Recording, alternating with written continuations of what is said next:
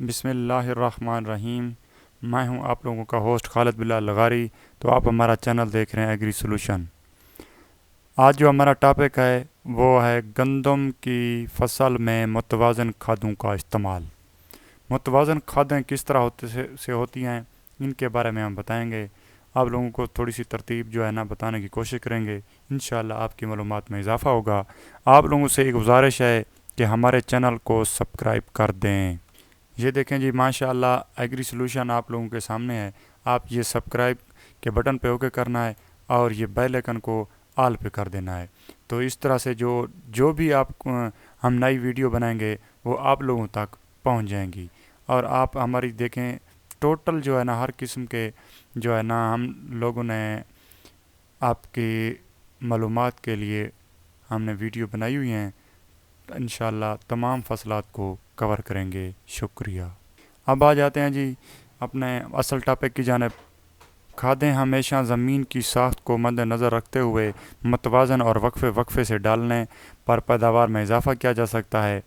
صرف ایک یا دو قسم کی کھادیں ڈالنے سے پیداوار میں اضافہ ممکن نہیں۔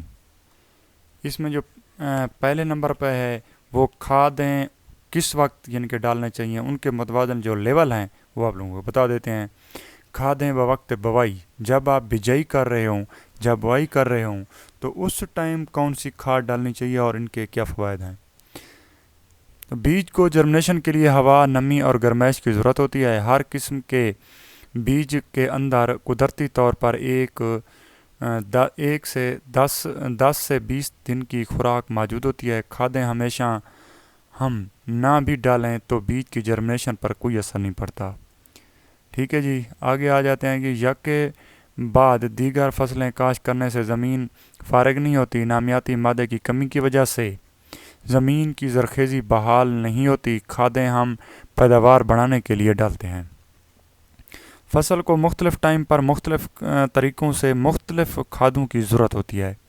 جن زمینوں میں پہلا پانی دیر سے لگتا ہے یا اپنے اندر نمی دیر تک جذب رکھتی ہیں، ان میں کھادیں زیادہ مقدار میں، اور جن میں سے جلدی پانی لگانے کی ضرورت ہوتی ہے یا جو جلدی خشک ہو جاتی ہیں، ان میں کم مقدار ڈالنی چاہیے، اور ہر پانی پر تھوڑی تھوڑی کھاد ڈالنی چاہیے۔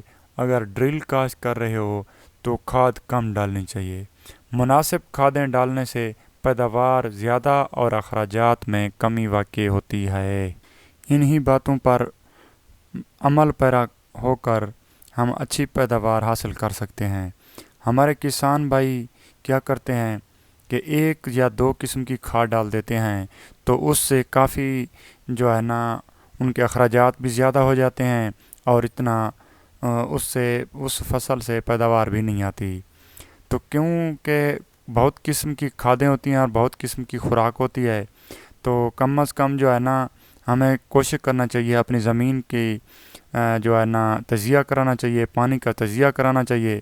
تو میں پہلے ویڈیو بھی بنا چکا ہوں، آپ خود بھی یہاں پہ پانی کا تجزیہ کر سکتے ہیں، اور مٹی لیبارٹری پہ لے کے وہاں پہ بھی کر سکتے ہیں۔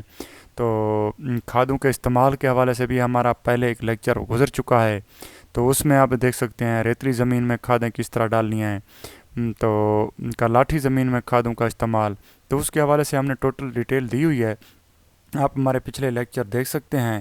تو ہمارے چینل کو سبسکرائب کر دیں۔ ہم آپ سے دوبارہ ریکویسٹ کر رہے ہیں، اگر آپ لوگوں کو ہماری ویڈیو انفارمیٹیو لگتی ہیں، اگر انفارمیشن دیکھتے ہیں، تو آپ ہمارے چینل کو سبسکرائب کر دیں، شیئر کر دیں۔ شکریہ۔ اللہ حافظ۔